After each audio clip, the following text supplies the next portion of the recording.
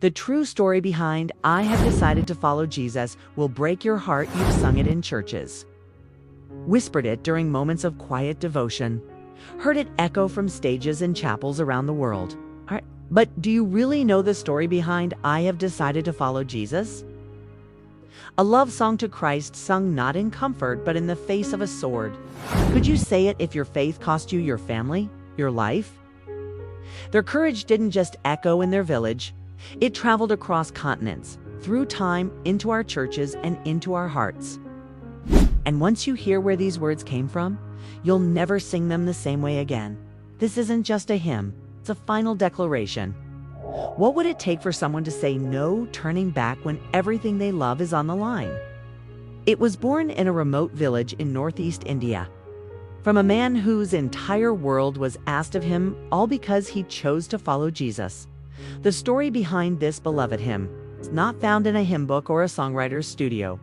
And as we dive into this account, you'll see how one family's stand for Christ became an anthem of faith for generations. This story is not easy, but it is powerful. It will stir something inside you because true faith always does. And they surrendered their lives to Jesus. His message was clear: renounce this new faith or there would be consequences. His heart, though trembling, had found something greater than fear. So let's go back to where it all began. This wasn't just a private decision, it was seen as betrayal. No one knew it yet, but what was about to unfold would echo far beyond that remote tribe. Turning from ancestral gods was more than religious treason. It was a social rebellion. It began with a missionary who dared to go where a few had gone before, into the hills of northeast India, a region marked by tribal traditions, strong cultural identities, and deep resistance to outside beliefs. The chief stood tall, his face stone cold, eyes fixed on the man who had dared to abandon the faith of his ancestors. He carried nothing more than a Bible, a burden for lost souls, and the unwavering belief that the gospel of Jesus Christ could transform even the hardest of hearts. And it did. In a small village nestled among thick forests and ancient customs, the message of Christ found soil inside the heart of one man, his wife, and their 2 young sons. Not with trembling, but with defiance wrapped in peace. They listened. They believed. But their newfound faith was not met with celebration. Word of their conversion spread quickly, stirring unrest among the villagers. The village chief, an authoritative figure both feared and revered, summoned the family. But the family stood firm. The father's eyes didn't flinch. The man's 2 sons were executed before his eyes. And so a quiet tension began to swell in the village square. It would change how millions worship. The entire village gathered. In front of the crowd, the chief raised his voice. "Renounce your faith, or we will kill your children." His wife was taken. Silence fell. All eyes turned to the man. And then he said, "I have decided to follow Jesus. No turning back. No turning back." The crowd watched in disbelief. The chief gave the signal. Tears streamed down his face. But his voice, his faith remained. Again, the chief spoke. "Renounce your faith or your wife will die." The man looked at her. They both knew what would happen next. He sang again, "Though none go with me, still I will follow." The chief gave another signal.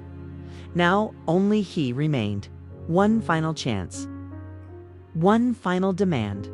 Turn away from this Jesus. But the man, heartbroken and alone, lifted his voice one last time. "The cross before me, the world behind me, no turning back." And with those words, he joined his family in death. But he had already found eternal life.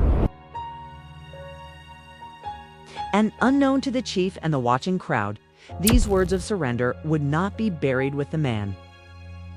Shaken by what he witnessed, his children, his wife, his own life, and still sing, began to question. They would rise. The chief, one by one, years later, missionaries and church leaders took his final declarations and turned them into the hymn we now know as "Have Decided to Follow Jesus." People turned to Jesus not through sermons, but through a song, born in blood. How could a man give up everything? What kind of faith was this? Conviction pierced the hearts of the villagers. And in a twist no one expected, that every following Jesus doesn't mean adding him to your life. It means giving your life. Time those lyrics rise, same and by joyful choirs in freedom. Chief, it's a memorial. Who had ordered the execution would eventually share it. Let others know the price behind the praise. Kneel before the cross that man had died for. Revival broke out in that village. The words that the martyrs sang were not forgotten, spread like wildfire from India to Europe, from tiny rural churches to massive city congregations. Sung by persecuted believers in secret gatherings. And no turning back, no turning back. They echo the faith of a man who meant every word.